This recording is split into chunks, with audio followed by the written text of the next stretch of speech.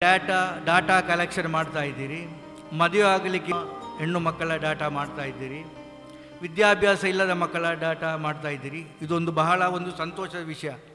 ನಮ್ಮಲ್ಲಿ ಡಾಟಾ ಇಲ್ಲದಿದ್ದರೆ ನಮಗೆ ಏನು, ನಾವು ಸುಮ್ಮನೆ ಬ್ಲೈಂಡ್ ಆಗಿ ಏನು ಕೆಲಸ ಮಾಡಲಿಕ್ಕೆ ಆಗೋದಿಲ್ಲ. Data collection is a very very important job what Jamaat Falah is doing today. That they should continue. Jamaat ಫಲಾದ ರೆಸ್ಪಾನ್ಸಿಬಿಲಿಟಿ ಅಲ್ಲ, ಇದು ನಮ್ಮ ಇಡೀ ಮುಸ್ಲಿಂ ಬಾಂಧವರ ರೆಸ್ಪಾನ್ಸಿಬಿಲಿಟಿ, ಇದು ನಮ್ಮ ಒಬ್ಬನ ರೆಸ್ಪಾನ್ಸಿಬಿಲಿಟಿ ಅಲ್ಲ. फरमाते 40 दिनार रोक लो, बाकी 9,960 दिरहम इस बच्ची की झोली में डालकर बगैर हज की वापस चले जाती है. अल्लाह अकबर. क्या ये गरीबों की मोहब्बत नहीं? बगैर हज किए, हज के वास्ते आए थे, खाना काबा के तवाफ के वास्ते आए थे, लेकिन एक गरीब, एक मिस्कीन, एक मजबूर की भूख को उन्होंने देखा, अल्लाह के उस अजीम फर्ज को छोड़कर वापस चले जाते हैं. फरमाते हैं खुदा का शुक्र अदा करो, हमारा हज काबे की दीवारों के सामने नहीं, एक गरीब की झोपड़ी के नीचे अल्लाह कबूल कर चुका है.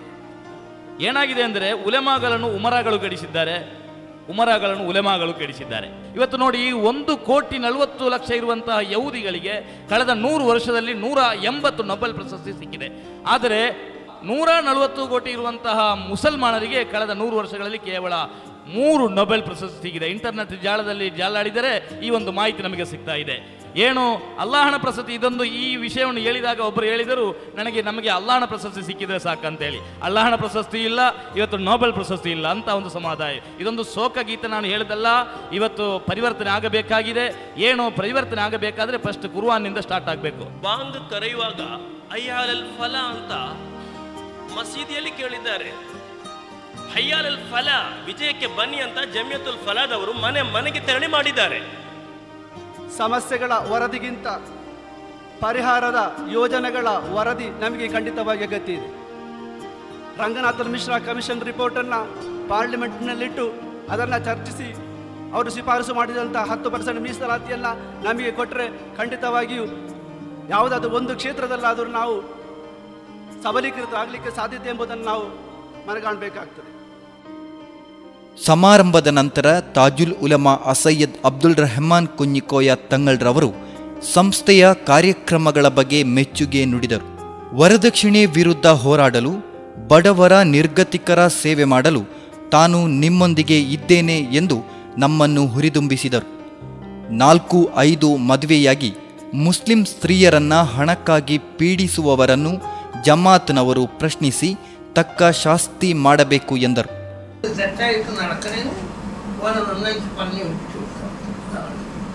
അത് നിങ്ങൾ പണിയൊക്കെ തന്നെ ഓനോട് പറഞ്ഞ ഈ പണന്മാരൊക്കെ ಶರಿಯತ್ತಿಗೆ ವಿರುದ್ಧವಾಗಿ ಅನಿಸ್ಲಾಮಿಕವಾಗಿ ಸಾಮಾಜಿಕ ಅನಿಷ್ಟ ಪದ್ಧತಿಗಳು ಬೆಳೆಯುವುದನ್ನು ತಡೆಯಬೇಕು. ಶರಿಯತ್ತಿಗೆ ಹಾಗೂ ಇಸ್ಲಾಮಿಗೆ ವಿರುದ್ಧವಾಗಿ ನಡೆಯುವಂತಹ ಎಲ್ಲ ಅನಿಷ್ಟ ಆಚಾರಗಳನ್ನು ನಿಲ್ಲಿಸುವಂತೆ ಅವರು ಜನರಿಗೆ ಕರೆ ನೀಡಿದರು. ಪರಿವರ್ತನೆ ಸಾಕ್ಷ್ಯಚಿತ್ರದಿಂದ ಪ್ರೇರಣೆಗೊಂಡು ಕೃಷ್ಣಾಪುರದಲ್ಲಿ ಬೃಹತ್ ಸಾರ್ವಜನಿಕ ಸಭೆ ನಡೆಯಿತು. ಸಭೆಯಲ್ಲಿ ಹಲವಾರು ಯುವಕರು ವರದಕ್ಷಿಣೆ ರಹಿತವಾಗಿ ಮದುವೆಯಾಗುವುದಾಗಿ ಹೇಳಿ ಇಸ್ಲಾಮಿನ ಮಾದರಿಯನ್ನು ಅನುಕರಿಸಲು ಮುಂದಾದರು.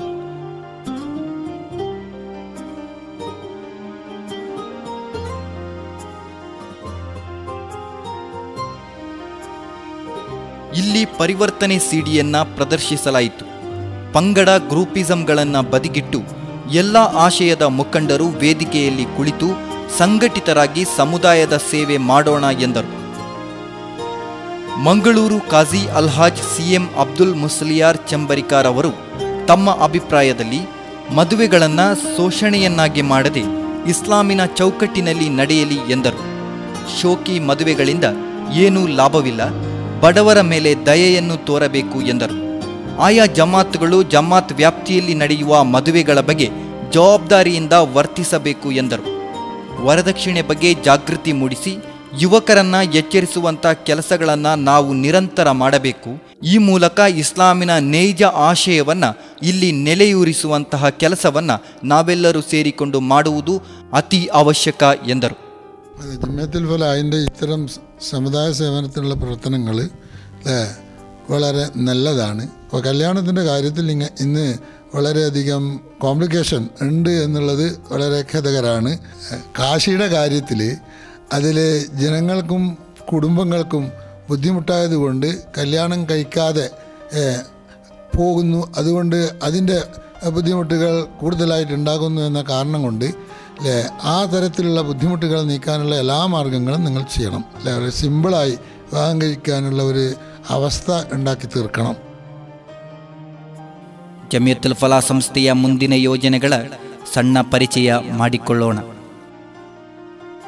ಈ ಆಕ್ರಂದನ ನಂತರ ನಮ್ಮ ಸಂಸ್ಥೆ ಜಮಿಯತುಲ್ ಫಲಾ ಇದನ್ನು ಹೇಗೆ ಮುಂದೆ ಕೊಂಡೊಯ್ಯಬಹುದು ಅಂತ ಹೇಳಿ ಒಂದು ಸಣ್ಣ ಯೋಜನೆ ವಿಷಯವನ್ನು ನಿಮಗೆ ತೋರಿಸ್ತೇನೆ. ಅದರೊಟ್ಟಿಗೆ ಬೇರೆ 2 ಸಂಘ ಸಂಸ್ಥೆಗಳು, ಒಂದು ಹಿದಾಯ ವುಮೆನ್ಸ್ ಫೌಂಡೇಶನ್ ಅಂತೇಳಿ ಹೆಂಗಸರಿಗಾಗಿ ತಯಾರಾದ ಒಂದು ಸಂಘ ಸಂಸ್ಥೆ, ಮತ್ತೊಂದು ಟ್ಯಾಲೆಂಟ್ ರಿಸರ್ಚ್ ಫೌಂಡೇಶನ್ ಅಂತೇಳಿ ಈಗಾಗಲೇ ಹಲವು ಕಾರ್ಯಗಳನ್ನು ಯುವಕರಿಗೆ ಮಾಡುತ್ತಿರುವ ಒಂದು ಸಂಸ್ಥೆ. ನಾವು ಹೇಗೆ ಇದನ್ನು ತೆಗೆದುಕೊಂಡು ಹೋಗಬಹುದು ಅಂತೇಳಿ ಒಂದು ಚಿತ್ರಣವನ್ನು ತೋರಿಸ್ತೇನೆ. ನಿಮ್ಮ ಎದುರಿನಲ್ಲಿ ಕಾಣುತ್ತಿರುವ ಈ ಸಮುದಾಯ ಭವನ career guidance and development centre ಅಂತ ಕರೆಯುವ ಇದರಲ್ಲಿ ನಾವು 2 ಮೇಜರ್ ಪ್ರೋಗ್ರಾಮನ್ನು ಹಮ್ಮಿಕೊಂಡಿದ್ದೇವೆ. ಒಂದು ಸ್ಕಾಲರ್ಶಿಪ್ ಪ್ರೋಗ್ರಾಮ್, ಮತ್ತೊಂದು ಡೆವಲಪ್ಮೆಂಟ್ ಆ್ಯಂಡ್ ಗೈಡೆನ್ಸ್ ಪ್ರೋಗ್ರಾಮ್ ಅಂತೇಳಿ. ಇದನ್ನು ಈಗಾಗಲೇ ನಡೆಸ್ತಿದ್ದೇವೆ. ಈ ಸ್ಕಾಲರ್ಶಿಪ್ನಲ್ಲಿ ಹಲವು ಹಂತಗಳಲ್ಲಿ ವಿದ್ಯಾರ್ಥಿಗಳಿಗೆ ಯಾವ ರೀತಿಯ ಸ್ಕಾಲರ್ಶಿಪ್ ಅಗತ್ಯ ಬರ್ತದೆ, ಈ ಥರದ ಒಂದು ಯೋಜನೆಯನ್ನು ಸಹ ತಯಾರಿಸ್ತೇವೆ.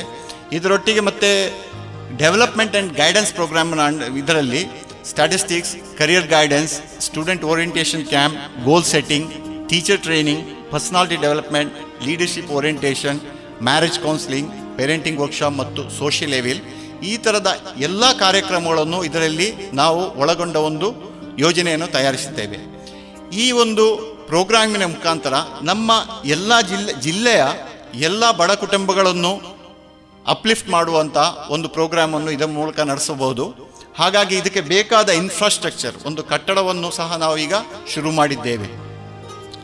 ಇದರೊಟ್ಟಿಗೆ ಟ್ಯಾಲೆಂಟ್ ರಿಸರ್ಚ್ ಫೌಂಡೇಶನ್ ಅವರು ಒಂದು ಕಾರ್ಯವನ್ನು ಕೈಗೆತ್ತಿಕೊಂಡಿದ್ದಾರೆ. ಅದೇನಂತ ಹೇಳಿದ್ರೆ, ನಮ್ಮ ಸಮುದಾಯದಲ್ಲಿರುವ ಯುವಕರು ಮತ್ತು ಎಷ್ಟೋ ಗ್ರ್ಯಾಜುಯೇಟ್ ಆದ ಯುವಕರಿದ್ದಾರೆ, ಇವರೆಲ್ಲರ ಒಂದು ಅಂಕಿಅಂಶವನ್ನು ತಯಾರಿಸುವ ಒಂದು ತಯಾರಿಯನ್ನು ಸಹ ಶುರು ಮಾಡಿದ್ದಾರೆ.